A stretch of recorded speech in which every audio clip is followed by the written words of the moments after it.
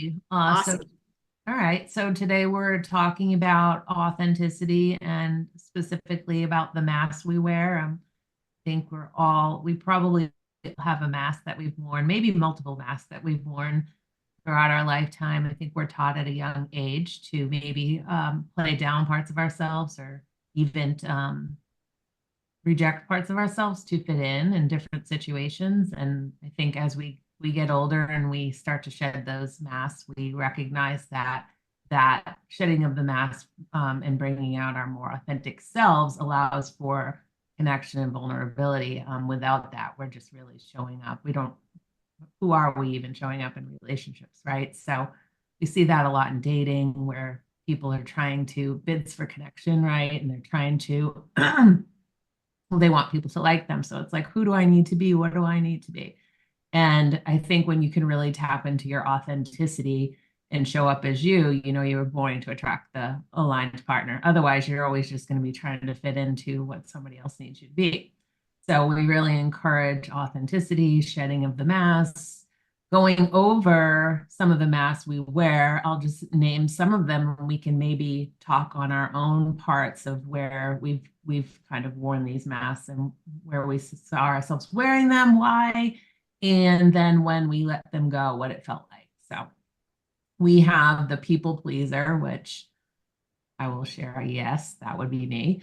But that's always accommodating and trying to avoid conflict, and you don't want to say no to people. I think boundaries come into play there, right? We're always rejecting our own boundaries when we're the people pleaser. So there's that one. And then we have the tough guy, tough girl. So that's just really not wanting to be vulnerable at all, trying to show a lot of confidence and independence. But really, underneath all of that is insecurity, and the toughness is a defense mechanism. So then we have the caretaker. So anyone who was raised to take care of the family at a young age become the parentified children. They often grow up to continue that cycle into adulthood and maybe become service providers or get into some type of profession and then find themselves in relationships where they're also the caretaker. So the perfectionist is a good one. So Mhm. we wear the mask of perfectionism. We're always trying to hide, well, there's always shame hiding behind perfectionism, which when I learned that, that was really pivotal for me to let go of that mask because it's like not wanting people to really see who you are. So you come across as perfect. But as we know, nobody is perfect. Nothing is perfect. Then we have the Joker who hides behind humor and sarcasm, right, as a defense mechanism as well. It's employed to not really be taken too seriously or get too close to anyone. Then we have the victim. You know who that is. We all know victims in lifetime who they're constantly wronged or oppressed. They are constantly seeking sympathy, attention from others. It can be very draining to be in a relationship with the victim. Then we have just a few more. We have the rebel who is always rejecting societal norms. They want to insert their independence, gain a sense of control. Again, they fear conformity or losing identity in relationships. So it's probably going to be the more avoidant attachment style person. And then we have the intellectual thehides behind their intellect. That's the only side you see of them. Um, they use a lot of logic and reason. There's don't show emotions. It's very difficult to get intimate emotionally with the intellectual. And then we have the chameleon who just kind of puts on all the different masks, adopting to whatever situation they're in. And lastly, we have the martyr who is always sacrificing, always the one to say, I'll do it, I'll do it. And they want to make everyone else happy, but they end up sacrificing their own needs and desires. So I know I can relate to a few of those, and I'd love to hear what you all, if there are any you can relate to. So I personally really relate to the tough girl before. I don't feel like I'm like that anymore, but Yeah.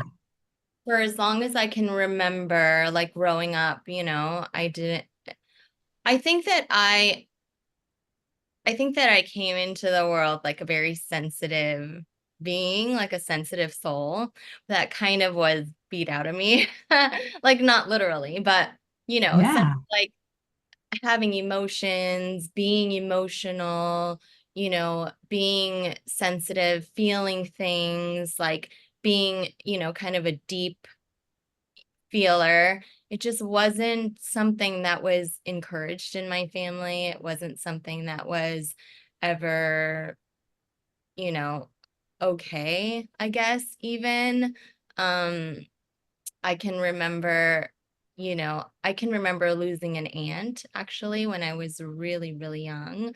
I mean, I must have been 4 maybe or something, but she was my primary caregiver. Like my parents were working and she was taking care of me, and she actually went missing for a little bit when she went jogging one day, and then after a couple of days my dad, and it was my dad's sister, my dad and his brother like went to the cops. Basically she got hit by a drunk driver and she Oh, died. She passed away.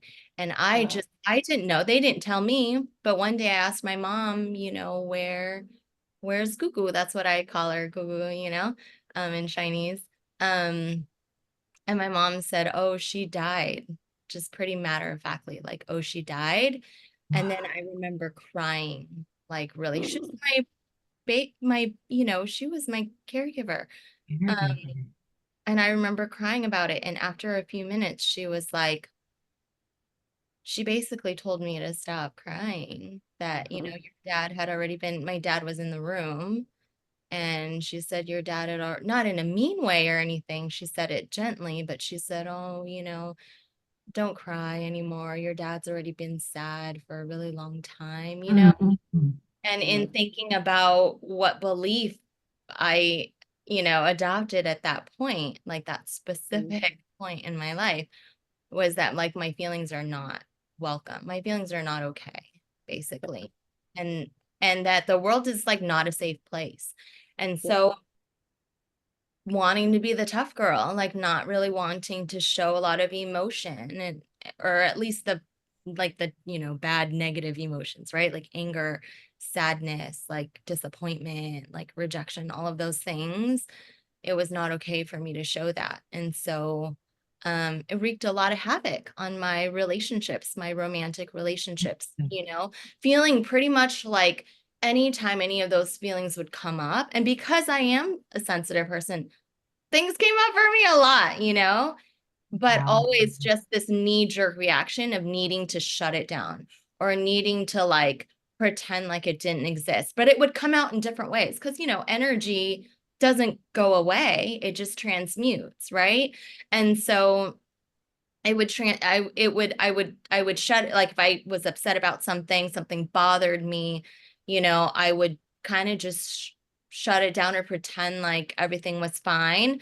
But then I would get snarky, or I'd get snippy, or I'd give an attitude, or, just that kind of stonewalling, that kind of thing.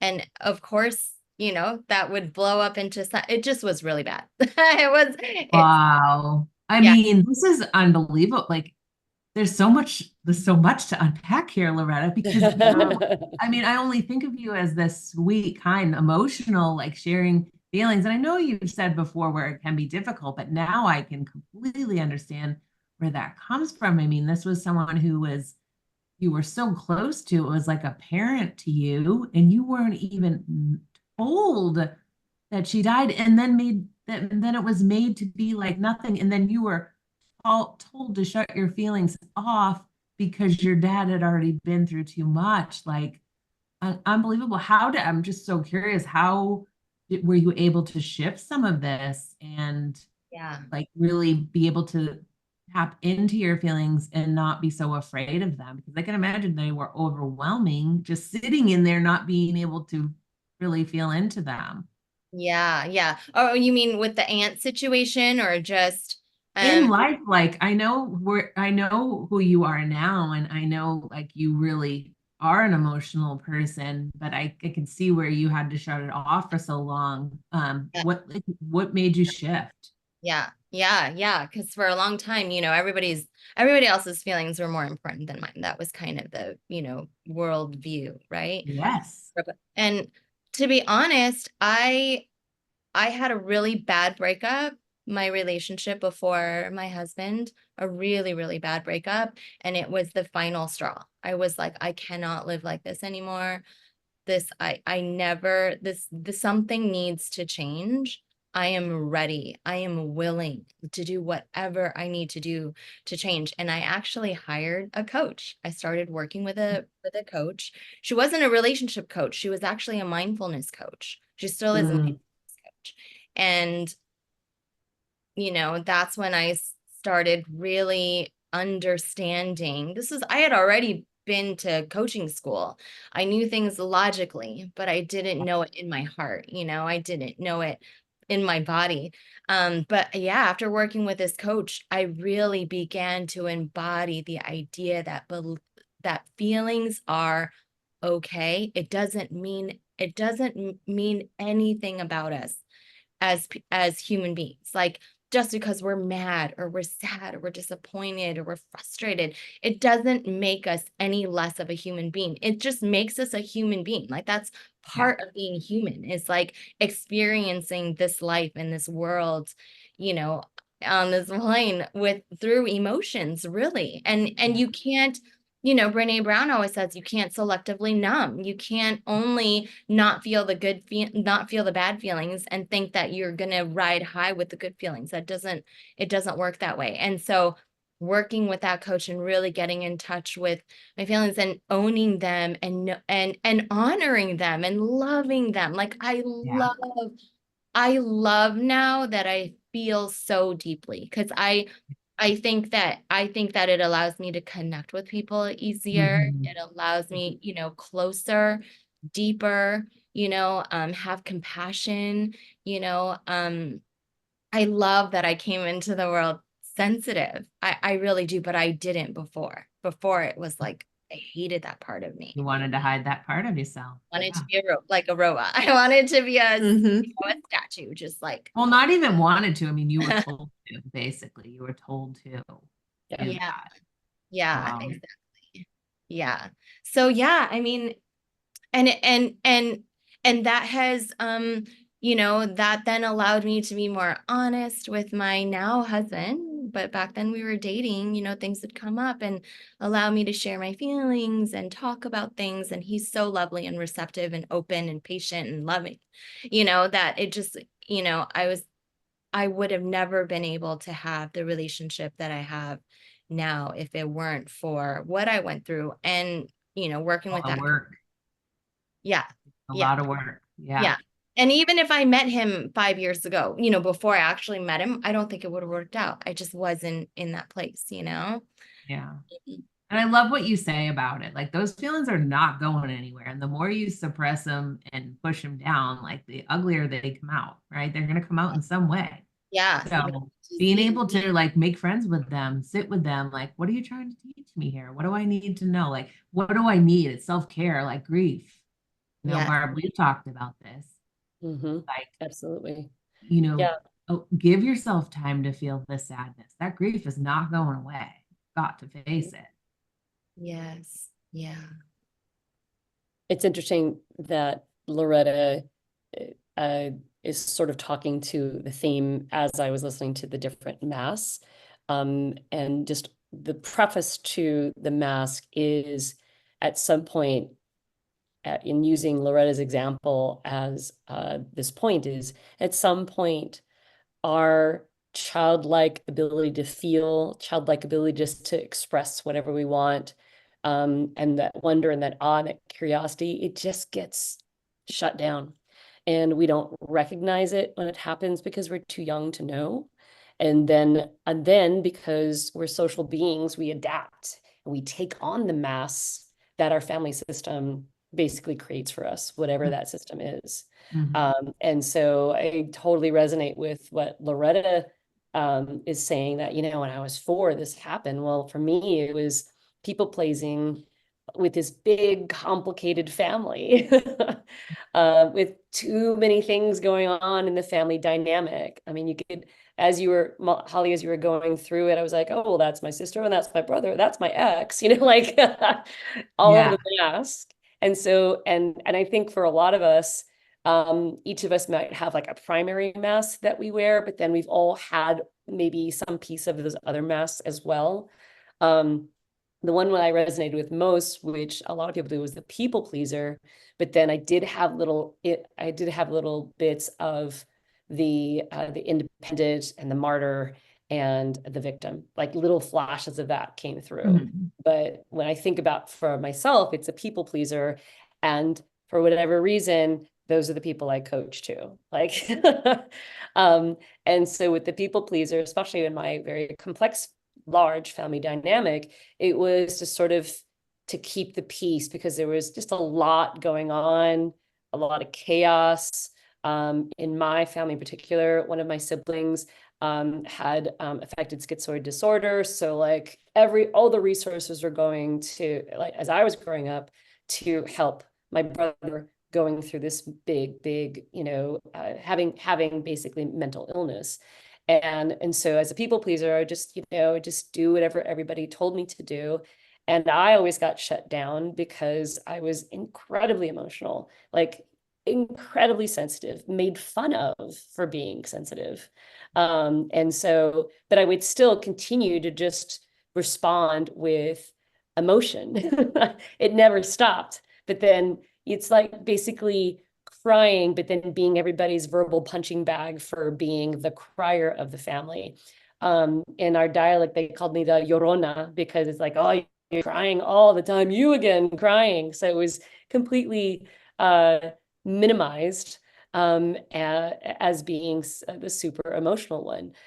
Even, you know, into my adult relationships with my long-term relationship, I was still kind of shamed for crying because my relationship, my ex was the oldest of his family, so he was the controlling one and then would shut down his younger siblings from emotion. So, you know, we played those roles perfectly, youngest to oldest. So I think it's interesting is how family dynamic creates those masks, right? There's no way. I mean, you're little, you don't know anybody, your brain's developing all the way to age 25. So all those formative years are going to create those masks. And I don't know that we should consider all those masks as bad per se, because they are all coping mechanisms, right? All of They're them were all some kind of coping. coping mechanism to survive whatever family system, whatever challenge you were going through. And it's really somewhere along the way, whether it's somebody who allows you to cry, somebody who sees you for what you are, you start to get these little glimpses of, oh, okay, I don't have to be this way. And then as an adult, it takes these big events for you to really dig deep and say, okay, this keeps happening. This is a theme in my life. Why do I keep ending up in this space? Why do I attract these kinds of people to me? And then the masks get revealed, right? And then you're like, oh, like as a people pleaser, I didn't know I was people pleasing. I was just doing my thing. Like, let me help you there. Let me do this. Let me volunteer there. That just giving so much to the point of depletion, but I didn't realize, right? And sacrificing your boundaries, by the Yeah, way. and sacrificing Yeah. boundaries. And so you're like, that's all right. I'm just going to do everything for everyone. Yeah. And so I was in that cycle for a very, very long time until those big events come up. You know, somebody passes away, a big breakup. I mean, those are the things that just make you sit. And it's in that stillness when you're not busy caring for everybody else that you go inward and identify what masks you were really operating from. And, you Well, know, I think you also bring up a good point about how we get into these patterns and relationships and cycles, and I've tracked this again. Well, I think a really important is, am I actually accepting myself? yeah, Or am I expecting somebody else to accept me fully, but I haven't fully accepted myself, yeah, right? Because I'm not willing to shed this mask and be my authentic self, but I'm expecting someone to accept all of me. Yeah. And I would love, I mean, not that, you know, I will do this to any of my clients, but I would love to mic one of my clients after when they're going on a first date and just listen to how they conduct themselves, because it's so easy to slip back into the mask of people pleasing.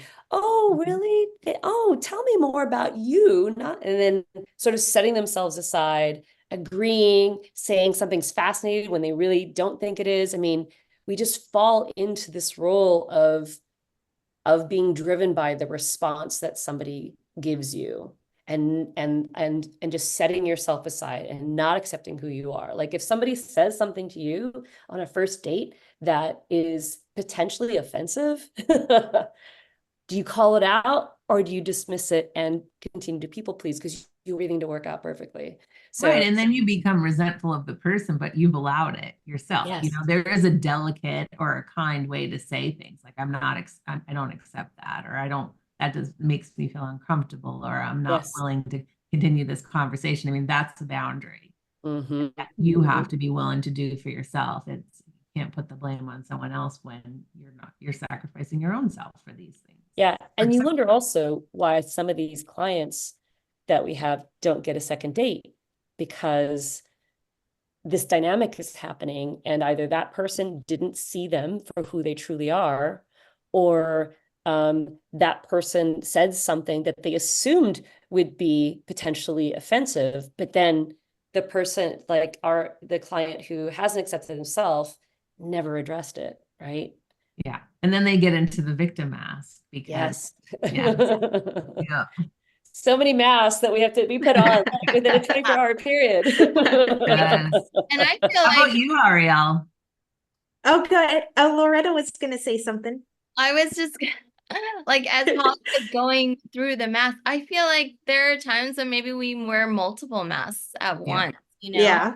But also to Mhm. Barb's point, like, I don't necessarily think masks are bad. I don't know. I don't know. Like, I feel like as long as we wear them consciously, like I have this thing before when I used to go out, I would say this phrase to myself before I would go into a social thing. Like I'd say game face on. That's like what I would say to myself, you know, and that's kind of putting on a mask, you know what I mean? Sometimes I'm not really feeling like it, or like I'm like, whatever, if I have social anxiety or something, I like, you know, put my game face on, and then I'm like a different person, and I can turn it on, and you know, I don't know. Is that bad?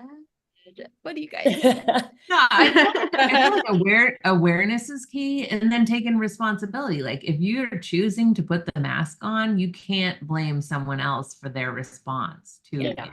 You know, I think that's where it's key. Intentionality is like the key here. Mhm. Like, yeah. Yeah, because that sounds to me, Loretta, like an alter ego to like Yeah. get you into a, I think there's a little bit of a difference there. Yeah. Yeah, and also I think to Loretta's point, and then I love to hear what Ariel has to say. Um, the masks that we wear, there's different combinations or changes of them depending on the audience. With your family at a family gathering, there's one mask. In a work setting, if you have to present something, there's a mask. In a social setting, at a party or at a wedding, there's a mask. On a date, there's a mask. And so, although we have to sort of put some of those masks in certain places, can we still have the foundation of authenticity underneath that, right? Right. So you can catch yourself when you're like going too far down into the role that the mask is playing. Now, if I have to do, let's say I have to do a TED Talk, there's a mask on at that point because I am freaking out on the inside. So there's the mask of I'm an amazing speaker that goes on, but hopefully the vulnerability of who I am underneath comes to the surface after moving through whatever the mask had to do just to get me there. So to your point, Loretta, yes, there is, in some cases, there is effective use of the mask, but can we still stay authentic, still be acceptance of ourselves, even with the changes of those masks for entry into something? So Ariel, I'd love to Yeah. hear your thoughts. You're nodding your head a lot on this. I'd love to hear what you have to say. Yeah, definitely. And I think that there's also a difference, understanding the difference between the masks and then the different aspects of our personality, Mhm. because sometimes we have to shift different aspects forward in order to properly handle certain situations as well. And so when I think about this for me growing up, I think especially because I was born super sensitive. And I was the kid who like collected rocks and spoke to rocks and like Love it. and really hugged trees. And I'd be in the backyard of my grandmother's house and the butterflies would be on me. I'd be out there reading by myself, things like that. Our local grocery store, Dillon's, they had a lobster tank that had live lobsters in it. And I'd protest every time my mother took me in there, and I'd sit in front of the tank and I'd tell them, I'd force them to release the lobsters. They never would, but I'd always be like, these lobsters are suffering and I can't believe you're doing this. And so, but yeah, so I was just super sensitive. And, I grew up in a house, to give some context here. My grandmother, the matriarch of our household, is a Korean immigrant. And she grew up during the Korean War. She came from wealth. And during that time, she told stories of going to school, running through the rice paddies with bullets whizzing past her. And there was a torture chamber on her family property. She saw bodies being, thrown out of the chamber on a regular basis. Our family is very high official officers in the military and doctors, stuff like that. And so there's a lot expected. Abuse in the family was just very normal, like everything was normalized. And so she's coming from trauma on trauma on trauma. And, when she had my Auntie Jet, was her firstborn, that she's over here in a suitcase. And, and so this is the woman that ran our family. Okay. Her 4 kids. And then at the time, us 3 grandchildren who are all girls. And so we were really taught to be soldiers, to have that kind of soldier-like mentality of like being very strong, very mentally tough. My grandmother's rule is you don't cry unless your mother dies. That's literally the only thing that, you would have any need to really cry about. And so it was very interesting because my mother is also very, very sensitive and she is a crier and she never lost that. But for me, I soldiered up. I soldiered up. I kept my sensitivity for sure. I was feeling all the things on the inside. And but on the outside, I learned how to play that game for my safety, you know. And so for me at the time, also growing up, I was kind of like a weird kid because I have all these spiritual gifts and I'm also like studying my elders and I'm like, this is what's going on with you and this is what you're thinking and this is why you treated that person like that. And when you said that to them, this is exactly how they felt and all this. And so people around me are like, oh, I don't like you. Like, this is weird. Like, don't talk to me about this. And so there is a lot of that kind of feeling super isolated, like no one understands me. I should keep this stuff to myself. It's not safe to really be me. I have to water myself down. Also because I am quite intelligent because I was groomed to be like literally, my family was, hell bent on the studies and making sure that, I started reading early and that, anytime I had a question or anything, I never got shut down. No, none of my elders ever said to me, don't ask that. Why are you asking these questions? They'd be like, that's a good question. Let's see if this book has the answer. Let me take you to the library. And so I was just constantly fed, my brain was fed, my curiosity was constantly being fed. And so that caused problems for me too. And so, right. And so, so in school, I kept getting bumped up grades. I got bored and then I got rambunctious in school. My mom took me out of school and homeschooled me for like a couple of years. Then I was really advanced when she put me back into school for social reasons, right? And all of this. And so I say all of this to say that definitely I wore a great many masks. One of them was peacekeeper in the family. That was one of them. A lot of chaos in the family. And since I could kind of see the angles being played and why people were responding the way that they were, I felt the need to step in, you know, and to be the good kid, you know, and all of that. And so eventually I kind of, you know, fell off the cliff with all of that and just ran in the opposite direction. Um, but, but definitely the people pleasing was a part of that growing up. And the perfectionist for sure. In Korean culture, it is normal to have a public face. You're actually groomed to have a public face. You're trained to have from the time you're a small child. The kind of things that were said to me before I'd leave the house, remember, you represent all of us when you walk out of this door. Okay. Yep. You are a family. This is not about you. Okay. Mm. So these are the ways in which, you know, culturally, you know, a lot of different cultures are trained this way from the time that you're small. And so, you know, you kind of just do what you need to do. Right. So it was a long journey for me to really get in touch with myself. I went to therapy to learn how to cry, you know, and to believe and understand that that's okay and that it's a normal human thing and that it's very cleansing and it's part of being healthy and all of that. And so it's a journey for me to, you know, return back to myself and allow all the emotions and to really heal a lot of things that I didn't deal with fully because I was holding so much in, right? Yeah. So, yeah. It's such an interesting dynamic because I love that you were allowed to be curious and really like would ask any questions. Like that's such a beautiful thing. Yeah. But then at the same time, you were expected to be a certain way and act a certain way and answer questions a certain way and do certain things. So it's really an interesting dynamic. Yeah, it is. There are so many extremes in how I grew up, you know, because like, for instance, on one hand, there's a lot of violence in my house, a lot of violence.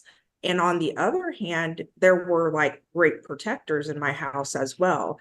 And like, for instance, my Uncle Daniel, all three of us grand girls after school, we'd be in the basement with him. He'd be teaching us how to use weapons and teaching us pressure points and how to defend ourselves, you know, like this is something that we were in training for since I was in not fifth grade, since I was 5. You know, I got my first BB gun. He taught me how to shoot. He gave me my first set of Chinese stars. He made me custom made nunchucks. I mean, yeah, we were doing all kinds of stuff down there, with, you know, and so, so it's a really wild kind of way, you know, and to really think about that when I was born, you know, my mother was pregnant when she was 15. She had me at 16. My Uncle Daniel was a year younger than her. So 15 when I was actually born, and they're primarily the ones who raised me. So I was raised by children, right? Yeah. And then under the matriarch of my Korean grandmother. And those are the 3 people who had the biggest influence in my life. So there are so many things about my upbringing, like, you know, that I had a lot of love and I had a lot of nurturing and I had a lot of guidance, and they were wise beyond their years. You know, it's not like being raised by kids, but there was also a wild element to it where it was very much being raised by children, you know? And so, so it is a very, there's just so many, you know, so much duality in my environment growing up. So, and you all can see the duality in me now, you know, because you can kind of see where that comes from and those different energies. But yeah. So. Two things that as I'm hearing this, first of all, it like hurts my heart to hear that you had to learn how to cry. And you know, as a mom, I'm like, oh, like I always encourage my kids to cry because it's such a cathartic thing. And I tell them that, you know, it's okay to cry. It just makes you stronger when you cry. Right. So it's just a whole different mentality from what I grew up with. And then the other thing I'm observing as you talk about that, when you grow up in this cultural family system where the unit of the family is more important than the individuals in the family, boundaries are just out the door. You don't even know what boundaries are, because it's everything for the family. You do this for the family. You're obligated to the family. So you leave that family unit and it feels so weird. And you're like, how does that other person prioritize themselves? This is so weird. Yes. So I so resonate with that, because not in the Korean militaristic style that you had, but it was all about the family, and it continues to be about that. And so I have to pick and choose, and just sort of almost stop and say, okay, is a boundary being crossed?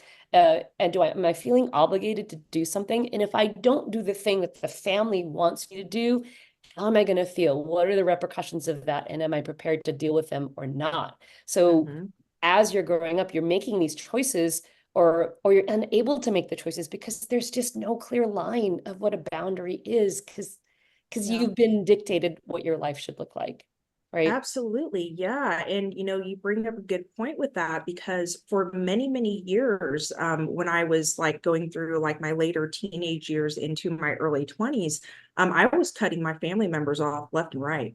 Like I spent 7 years, didn't speak a word to my own mother, these are things that I had to go through and experience to find my sovereignty, to get my own voice, and to be able to sit with myself and say, how do you feel about this? Yeah. Let's think about this relationship. What has happened and how do you feel about it? Sometimes you have to cut the noise out. And I never suggest to people, unless it's like your last resort, right?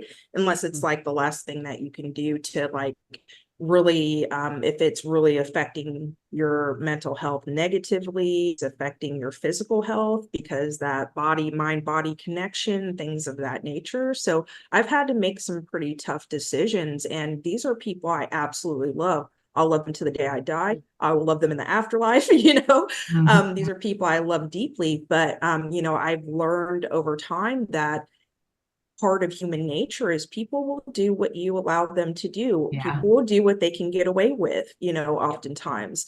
And so it really is my job, my responsibility. I have to be accountable to the level of peace and health, and prosperity in my own life. And if someone I love is negatively affecting that because they can't see past their own pain, I have to make a decision. Yeah. Yeah. And I imagine as you were going through those phases, similar to what Loretta says, if there was some event or a series of events that kept happening, throwing you off balance, making your energy just sort of conflict with itself, that you're like, something's got to give, right? And so those recurring themes where you're hitting a block, are really like the breadcrumbs to what you really need to look at, right? Yeah, definitely. And I applaud you that a lot of people don't find it till later. It requires some big thing that happens to them. They get laid off, they go through a loss of some sort. They, have a health scare for themselves. It's at those moments they're like, wait, this isn't working, right? Yeah. It was at that point for you. So I even can attest to that, because it took me a lot longer in life to kind of break away from my mask maker. Really at a young age. I mean, what's really all I remember is caretaking, very much emotionally, because my parents were young when they got married, and I think my mom had a lot of unhealed wounds from growing up, probably the worthiness wound and the prioritization wound. And so I felt like responsibility to make up for that for her. And so I was her counselor in the relationship with my dad, and took care of her and just really wanted to make her happy. But I did that my whole life. And then it wasn't until I was in coaching program. I think I've told this story before, but it wasn't until 2019. Gosh, I was in my late 40s when I said, you know what, I'm going to move out of the state, which I never really wanted to live in Florida, but I was there for my parents, and my kids were ready to move. And I said, we're going to do this. But I can't even tell you what it took to be able to just tell my parents that I was moving from the state, and feeling so much guilt around it. And even when I finally did it, I had one of my brothers reach out to me and said, "Did you join a cult? What are you doing? Oh no. Like, Oh, no. what? You're leaving mom and dad? Like, what?" And it, like, I actually believed all that Wow. stuff. And I look back now and I think, I see you, Ariel, you definitely learned to prioritize yourself. And it's such a beautiful thing because, you can live authentically now. And sometimes you do have to break away and you do have to kind of make some bold moves. And now, like, my bold move to me was a bold move, but to most people it would be like, what? It's fine. I'm moving to another state or I'm not living around my parents. But I just had this expectation to always be the caretaker. And then I got myself into professions of always being the caretaker. And that's just Yep. been my role. And then with having that role, it often brings me, well, not often, but then I find myself in the victim role because I'm like, oh, this is like so depleting. And why am I giving to everyone else and not myself? So Right. I've just in the past few years, really seen the importance of doing that.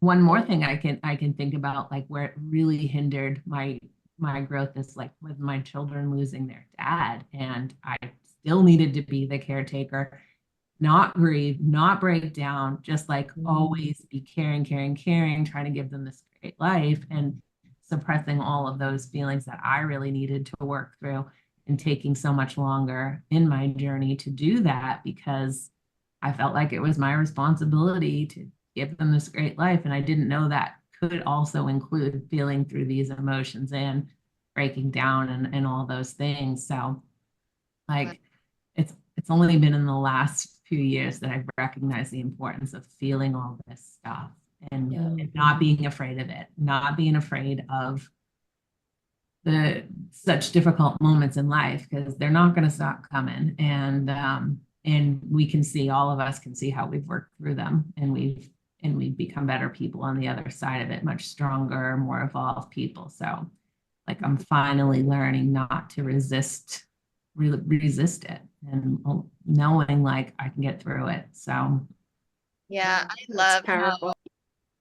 I really love how we cultivated. It sounds like just like a group of sensitive like souls who've had to work through a lot to like come to our emotions like this, because that's there's such a stigma when it comes to feelings. And I understand because I went through it.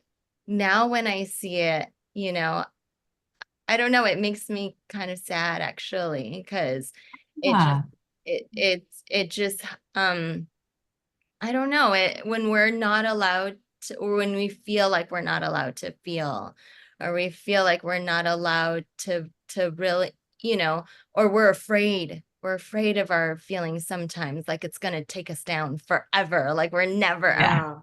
get out of it or something. Swallow us whole. Yes. Seriously.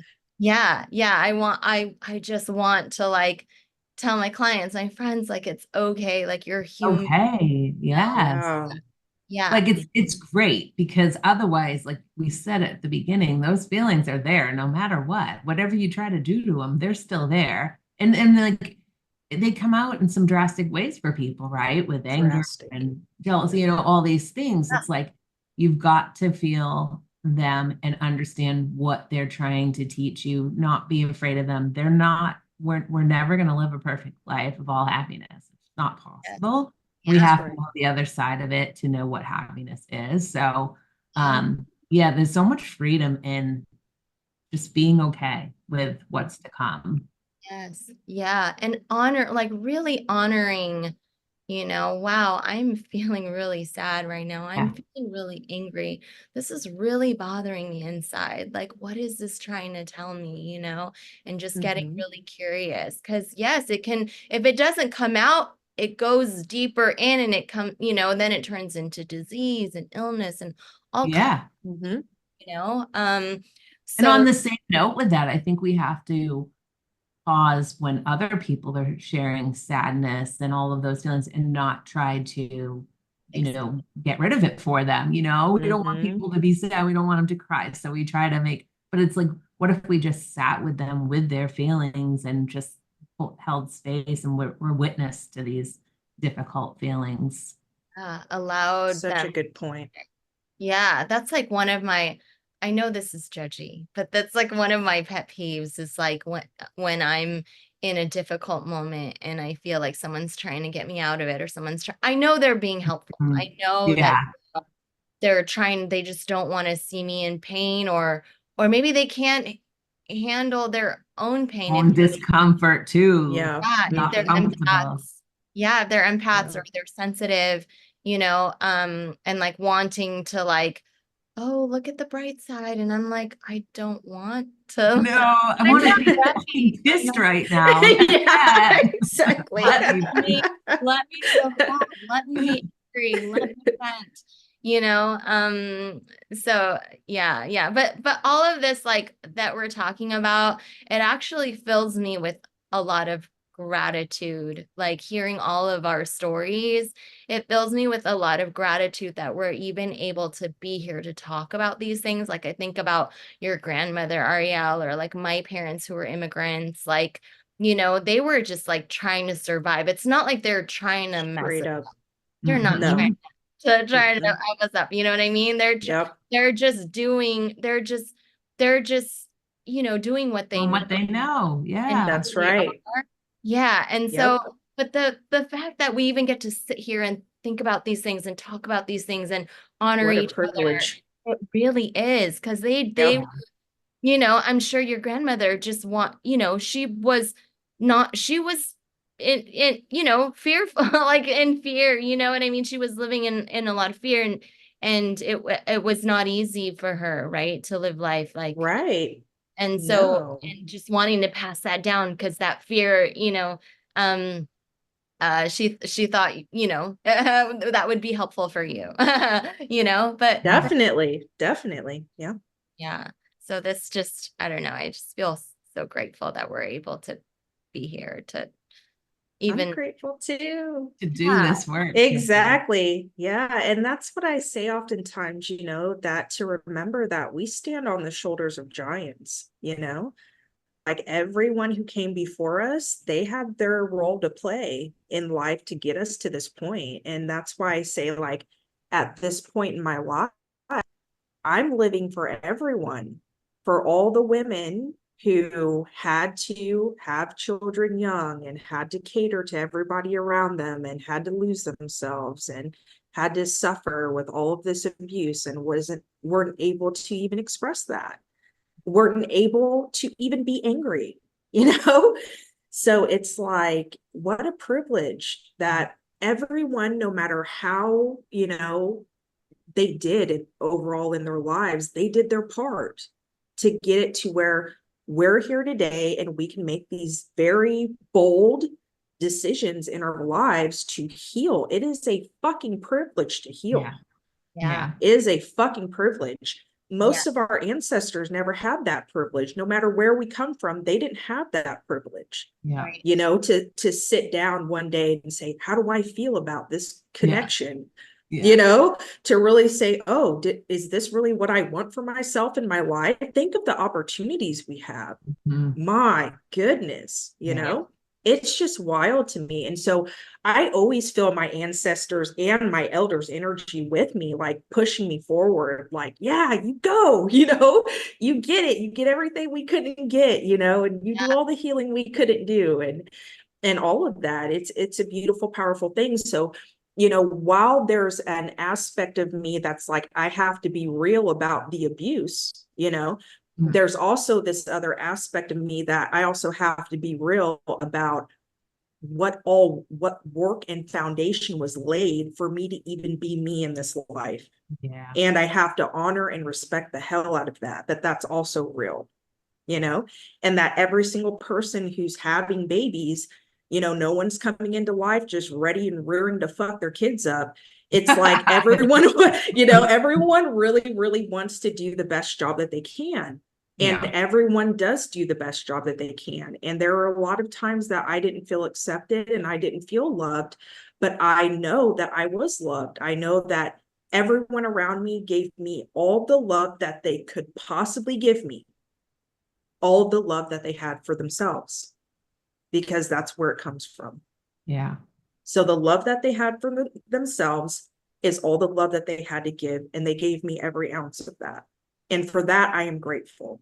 And for where all the holes were in that, where I didn't receive what I needed or wanted, I am powerful enough to give that to Give myself. that to yourself. So beautiful. Yeah. I love Yeah. that. Yeah, I love that. Yeah, you're healing generations of Yes. generations. Yeah. Yeah. Um, And I'm honored to yeah. be able to do that. It's honorable work, seriously. I have a question for you, Holly. So Yes.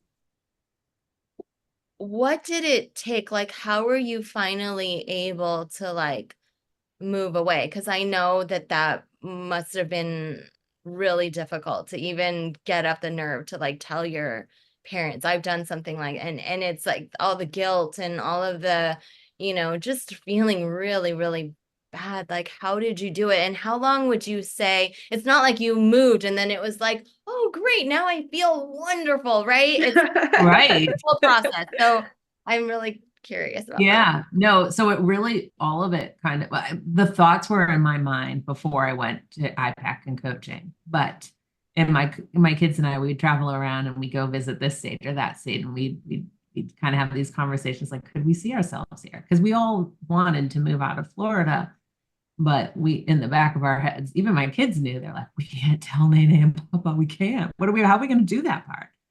And so when I was in school, coaching school for a year, every kind of chapter in that program brought up another part of myself to heal, right? And so I can remember being in a group session, and we were bringing up just sort of challenges, right? And I said, well, I really want to move out of the state, but I'm afraid of what my parents are going to think. And I remember somebody saying, how old are you? Like, basically, like, you're an adult and you're still worried about what your parents are gonna say. So it was this realization, oh, wow. So I kind of had to start peeling back those conditions and the messages that I kept receiving to kind of like get to my true core of like, okay, now it's really time to think about what you want to do. So I did it. I remember it was November of 2019, and guess what happened next? COVID. So I finally got up the gall to tell my parents I was moving, and there was at least a month of really not talking to me. Because silent treatment was a thing in my family. So I got the silent treatment. Then I got the words from the brother, did you join a cult? And then my mom, like, she started coming around like in January, but that's when COVID was really kind of hitting. And that's when I questioned, I'm like, universe, what are you trying to tell me here? Am I not supposed to go now? So I fluctuated back and forth in that for the next 5 months about what to do. And then I finally said, no, I'm just doing it. So I did move during COVID. It was July of 2020. And unfortunately, 3 months later, my mom was diagnosed with cancer again. So you can imagine, because I'm always a believer, like, this is supposed to happen all this way, I'm like, are you kidding? Like, this is major guilt. But I had to work through that and recognize that I could still be there for my mom and work through all of this with her, and just in a different way, not being right there. But so that was just, another piece I had to work through, and still know I made the right decision. And luckily at that time, my mom saw like, oh, this is the life you're supposed to be living. Like, she came around. And so I got her affirmation and her blessing in it all. Yeah. Wow. Yeah. Wow. I know I was going to ask you like full circle, because I know that your parents passed, and I didn't realize that it was so kind of recent that you made It this was, huge yeah, in 2019. It was just Wow. like around the corner, you know what I mean? And so, yeah. and then I know that your parents passed, like a year Yeah, later. my parents, it was less than 2 years after I moved, my mom passed, and then my dad passed right after that. So Yeah. And so Wow. did you feel anything, did anything come up for you around that and like moving away and like all of that stuff? yeah, there would be times where I would really have to like really get in my thoughts and feelings about it. There were definite times, but what's so interesting is that I definitely found a way to help my mom however I could, like Instacart. I could get her groceries faster than I could if I was there, and I could get her Amazon and I could do all those things. And we would talk on the phone every single day. Um, and it gave my dad an opportunity to step up and take care of her and probably heal that part of their relationship that they needed to, and to kind of go out with that, right? Because otherwise it would have been me stepping in and caring, because my mom had cancer, 20 years prior, and I took care of her. I took her to all her appointments. And that was when my kids had lost their dad. So it was like a lot. It was Oh me my trying to gosh. tend to the Oh. kids, raise them on my own, and take care of my mom. So when my dad had this opportunity to do it, I think that was probably the way it was. I know it was the way it was supposed to be, because yeah, Yeah. again, there was healing for her there. And Yeah. yeah, an interesting journey for sure. What a story. Wow. Amazing. Yes, all of these masks that we that we Mhm. wear. But I What feel masks do you... Oh, go ahead. oh no, you go ahead. Oh, I was just going to ask, what do you all feel like, what masks are coming up a lot in coaching? People pleaser for sure. Mhm. Perfectionist. Mhm. Um, the Yeah. the like the Joker one I've seen. I've had to call a couple of people out on that one. Like, why are you hiding behind that sarcasm, and that you're not allowing someone, it's the vulnerability, not being able to be vulnerable and really authentic because of the fear of rejection, right? So people Mhm. mask it with humor. Yeah. I see victim too. I Yeah. see Oh, that one a a lot lot. too. Yes. Yep. Mhm. Yeah. Yeah. And even some of the tough girl, tough guy thing too, of course, super protective. I feel like sometimes when we talk about masks, there tends to be like a negative connotation. Um, but in the same vein, they're very protective, right? Mhm. Yeah. So Yep. when you look at it in that way, masks they're trying to serve us. They're trying. Absolutely. That's Yeah. their Yep. job, right? Is to like in service of us, for protective, for safety mechanisms, albeit, doesn't really lead to our happiness, right? Well, or authenticity, right? So if we're wearing the mask to protect ourselves, we have to be aware of what we're doing, because then we can't expect somebody to accept us fully when we're not doing that ourselves, right? I think that's where it comes into play. And I think in the beginning of a relationship, it can be tough, like to kind of do that dance. Like, are they gonna like me? Are they gonna ghost me? Or there's so many different scenarios that happen now, right? So I think people do get into protection mode.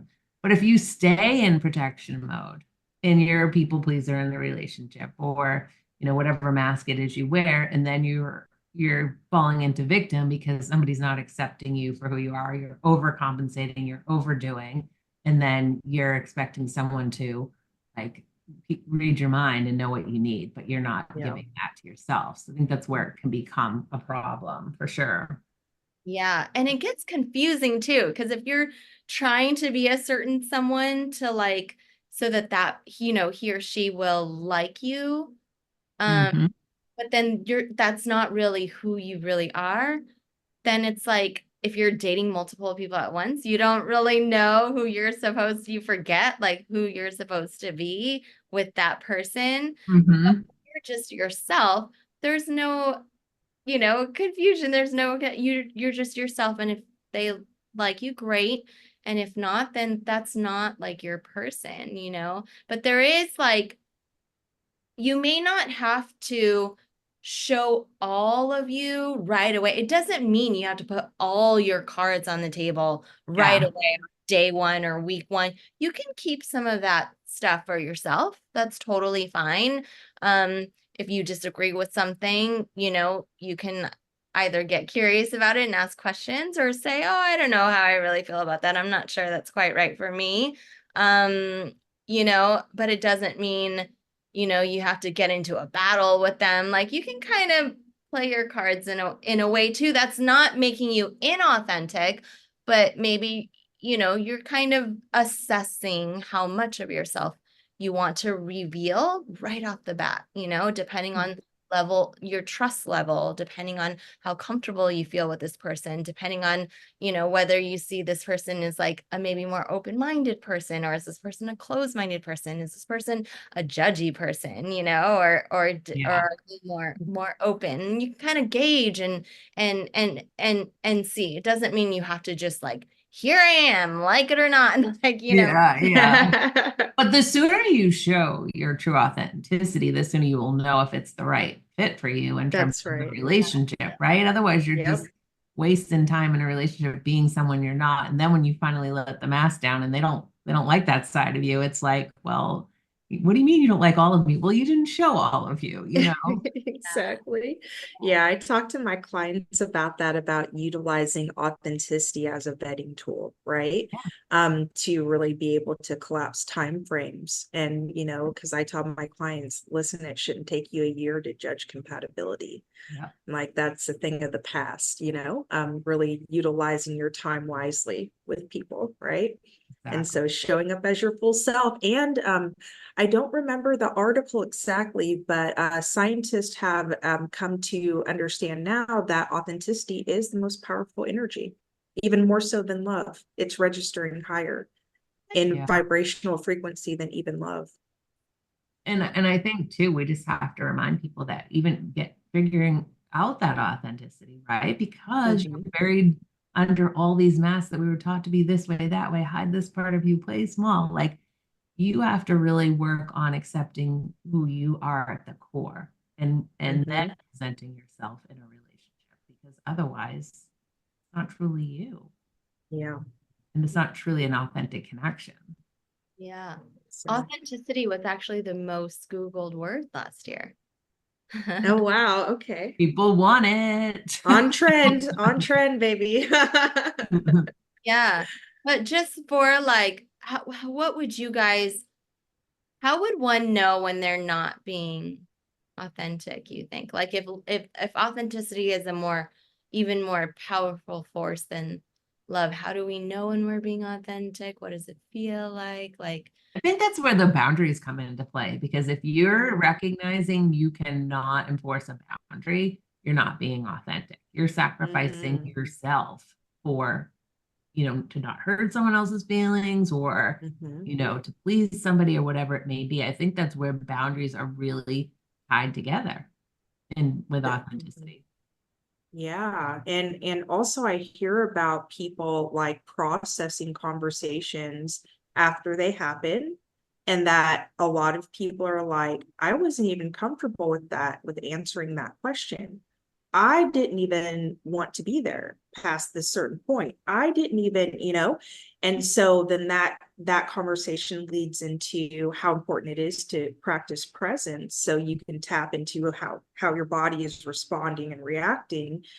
And then, think about that and set, like Holly was saying, then you set that boundary, right?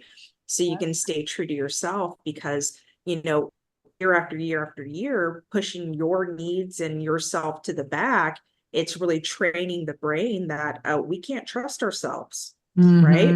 We're not showing up for ourselves. So there's a lot of, when someone struggles with authenticity, I can usually pull out of their story, there's a lot of distrust with the self that's coming out of their story.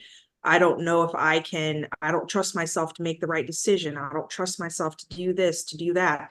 I don't know how to engage my intuition. I don't know how to listen to it. Can I trust what my body's telling me? Right. I hear a lot of that with that as well. Yeah, and that makes complete sense, because we're told and conditioned with these thoughts growing up to like not trust ourselves, really. This is the way it is, like it or leave it, and it's like you need to do it this way. And so you don't trust yourself. You don't grow up learning to trust yourself.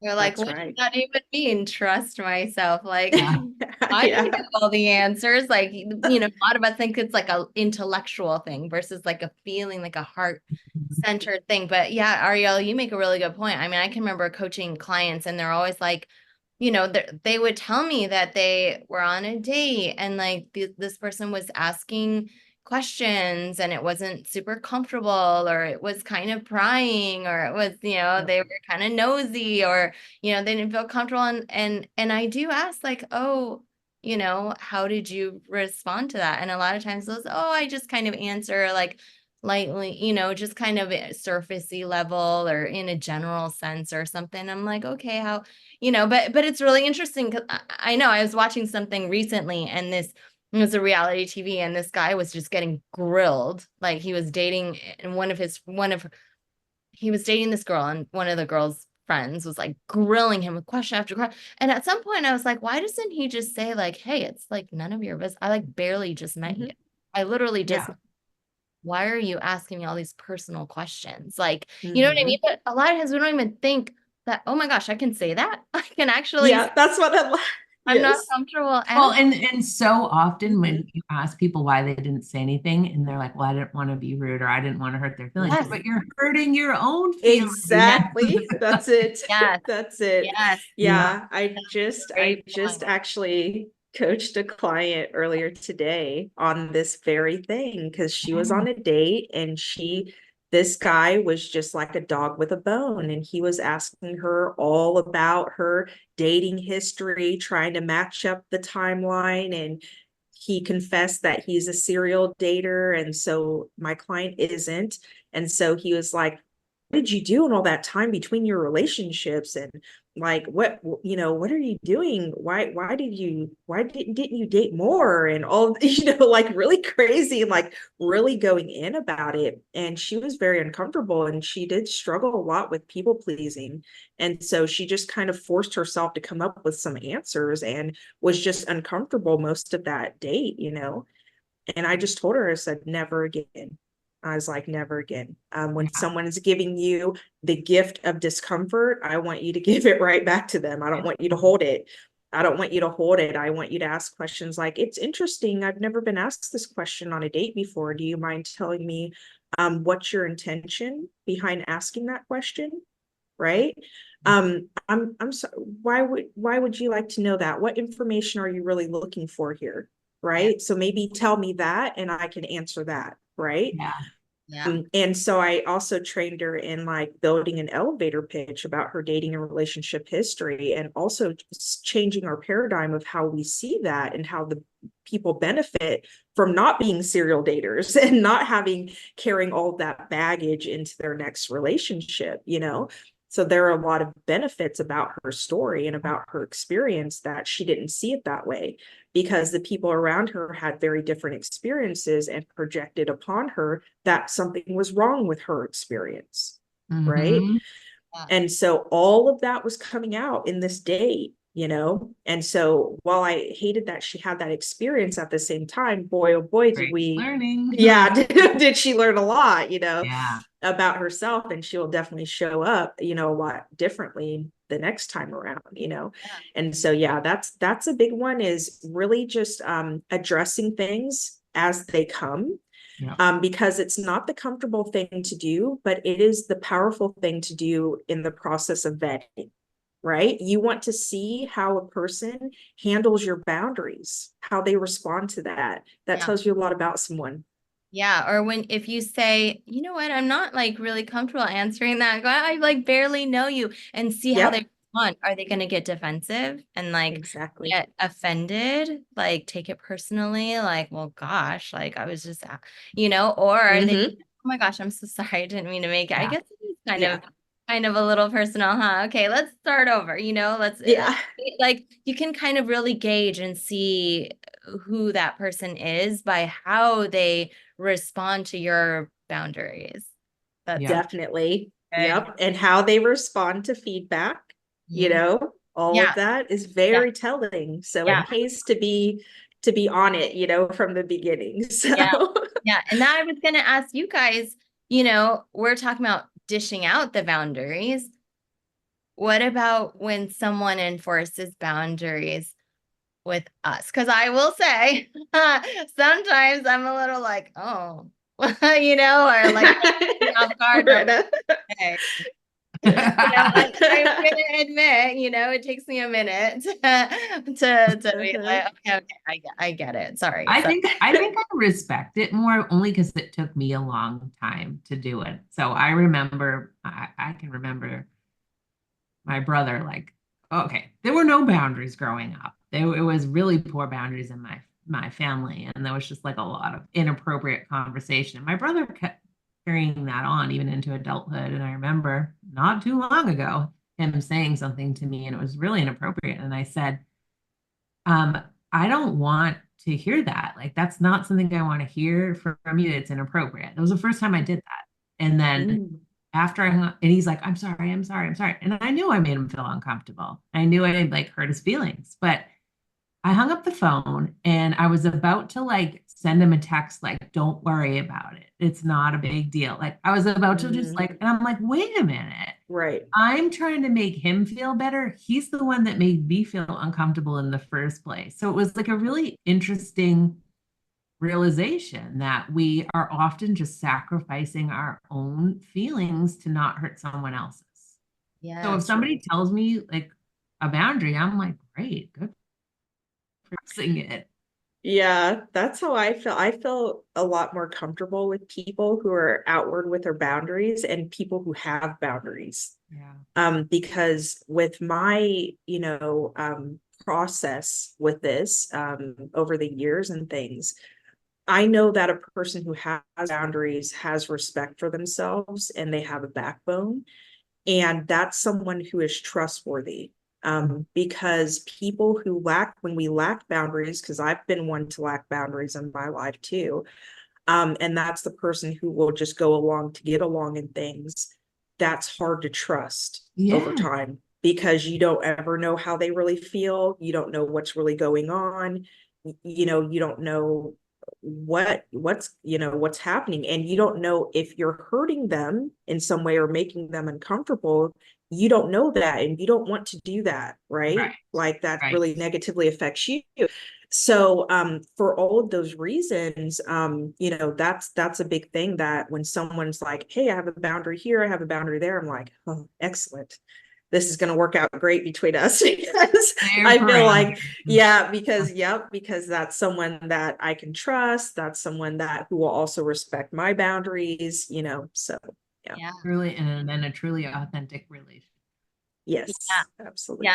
Yeah, that's only ever that I can kind of remember, think of, like, it happens with my husband. Oh yeah.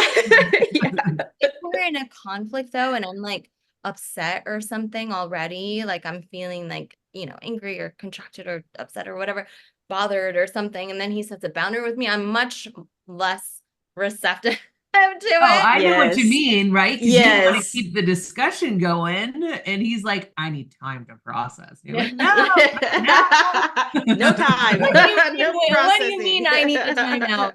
I want to keep going. That's not working for me. Yeah. Oh my gosh. And that reminds me too, I will tell you that I have a really hard time respecting a person's boundaries who does not respect my boundaries. That's a trigger for me. Mm-hmm. I've had some people over the years like come to me and try to set boundaries with me when they're like constantly trying to step over my boundaries. And I'm like, I don't respect you. I'm not respecting your boundaries. Like, I'm 2.5 seconds away from just calling this whole relationship off in the first place. But yeah, that's a tough conversation to have with people, because when the self-awareness isn't there on their end, and then yet they're trying to set a million boundaries with you. That's just kind of like, But usually, no, thank you.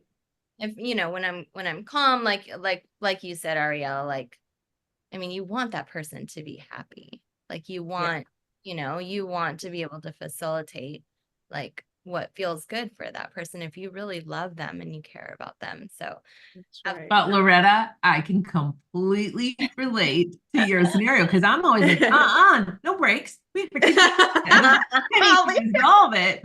We're not going to bed till we figure this out, and you're gonna say, I can handle this. Keep going. No time out. Right.